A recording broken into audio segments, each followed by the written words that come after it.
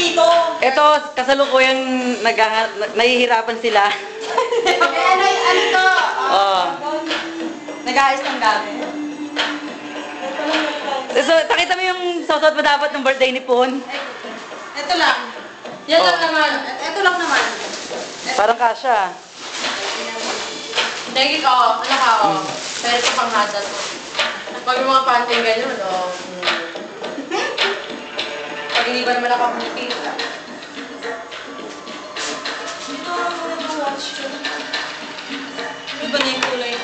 Ano ba gagawin ko?